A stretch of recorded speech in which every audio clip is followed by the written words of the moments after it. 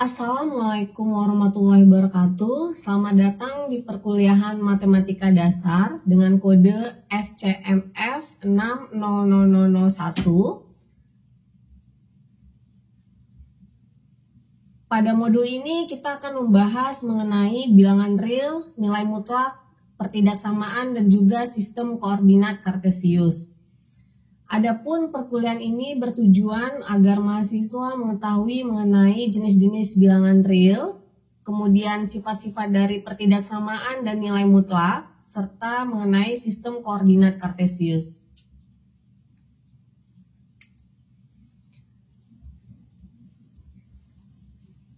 Adapun outline yang akan kita bahas hari ini yaitu mengenai bilangan real dan sifat-sifatnya, pertaksamaan dan nilai mutlak, kemudian sistem koordinat Kartesius.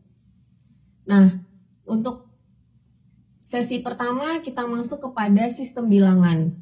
Nah, kalau kita ketahui, pertama kali bilangan yang kita kenal itu adalah bentuk bilangan asli atau yang disimbol dengan N.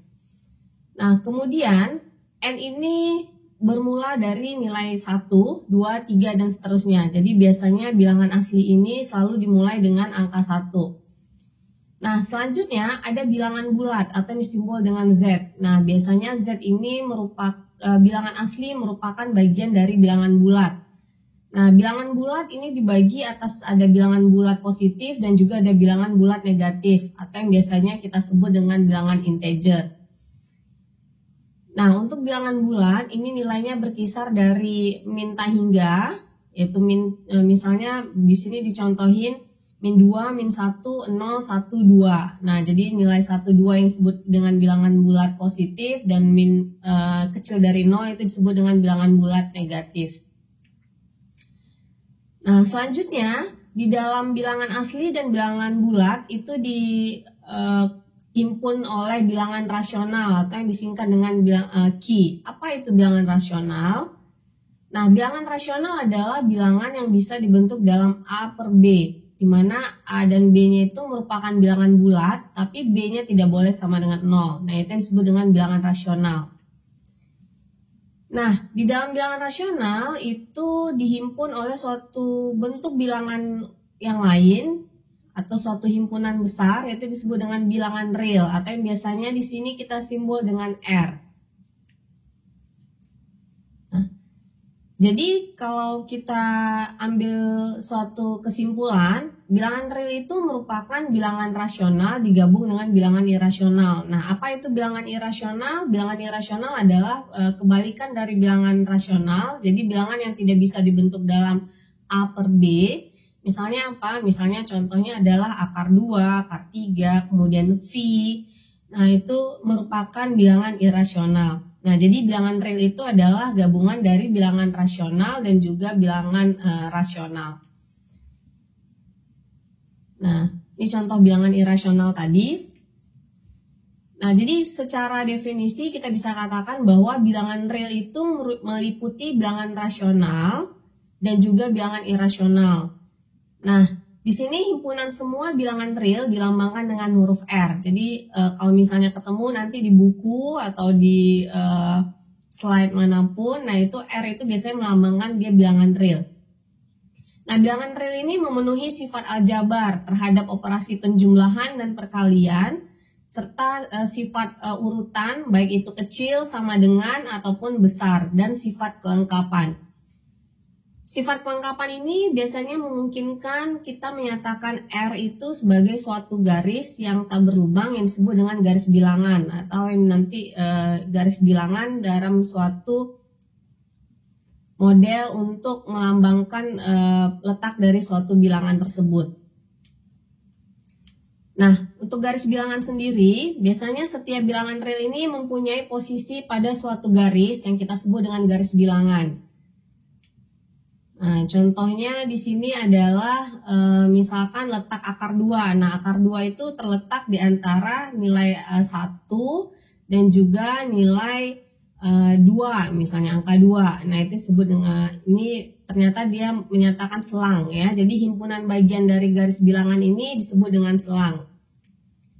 Nah, adapun jenis-jenis selang tersebut antara lain yang pertama adalah kalau misalkan kita punya himpunan X, di mana X kecil dari A, maka selangnya itu bisa kita tulis minta hingga sampai A, ya, minta hingga koma A, atau intervalnya minta hingga koma A. Jadi kalau kita buat dalam grafik, karena A-nya itu tidak masuk, jadi A-nya itu dikasih tanda bulat saja, jadi tidak dibulatin penuh gitu.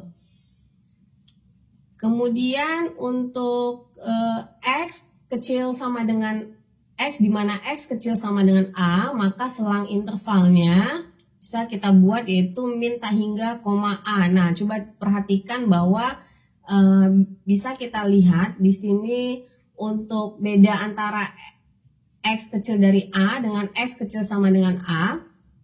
Jadi kalau dibuat dalam bentuk selang interval, nah kalau di sini tidak ada tanda sama dengan, maka A-nya ini akan dibuat dalam bentuk selang terbuka. Jadi kita buat ini namanya selang terbuka. Tapi kalau dia kecil sama dengan A, maka nilai A-nya ini masuk ke dalam himpunan tersebut. Dan ini biasanya disebut dengan selang tertutup. Jadi di A-nya ini dikasih simbol dengan kurung kurawalnya seperti ini, jadi selang tertutup. Nah, secara bentuk grafik kita bisa buat bentuknya A-nya ini disimbolkan kasih bulatan penuh, beda dengan yang A-nya tadi tidak dibuat dalam bentuk sama dengan. Nah, ini bedanya. Kemudian untuk X, di mana X itu lebih besar dari A, kecil dari B, berarti ini selang interval. Maka, nah kita buat A, karena A dan B-nya ini tidak masuk. Karena A dan B-nya ini tidak masuk, maka nilai A dan B ini berada di dalam selang terbuka. Nah, jadi kalau secara grafik bisa kita lihat bahwa dia berada di A dan B-nya ini, A dan B-nya ini tidak dibulat penuh.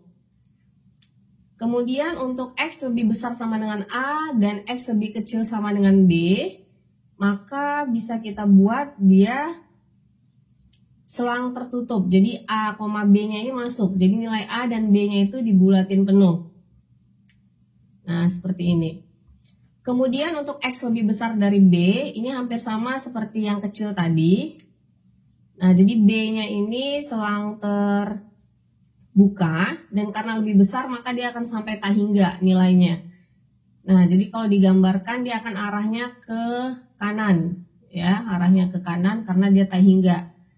Kemudian kalau dia lebih besar sama dengan B, maka dia akan menjadi B, tak hingga, dan nilai B-nya ini berada di selang tertutup sampai tak hingga. Nah, kalau di antara kedua-duanya, nah atau misalkan X anggota bilangan real, maka nilainya adalah min tak hingga sampai tak hingga. Oke. Nah, jadi ini nilainya yaitu sekitar min tak hingga sampai tak hingga. Nah, kemudian untuk sifat-sifat bilangan real sendiri, sifat-sifat urutannya itu terdiri atas trikotonomi, yaitu jika X dan Y adalah suatu bilangan, maka pasti berlaku X kecil dari Y atau X besar dari Y atau X sama dengan Y. Kemudian yang kedua, ketransitifan, yaitu jika X kecil dari Y dan Y kecil dari Z, maka X pasti kecil dari Z. Kemudian sifat perkalian, misalkan Z bilangan positif, X kecil dari Y, maka XZ kecil dari YZ, sedangkan bilangan Z bilangan negatif, maka XZ lebih besar dari YZ.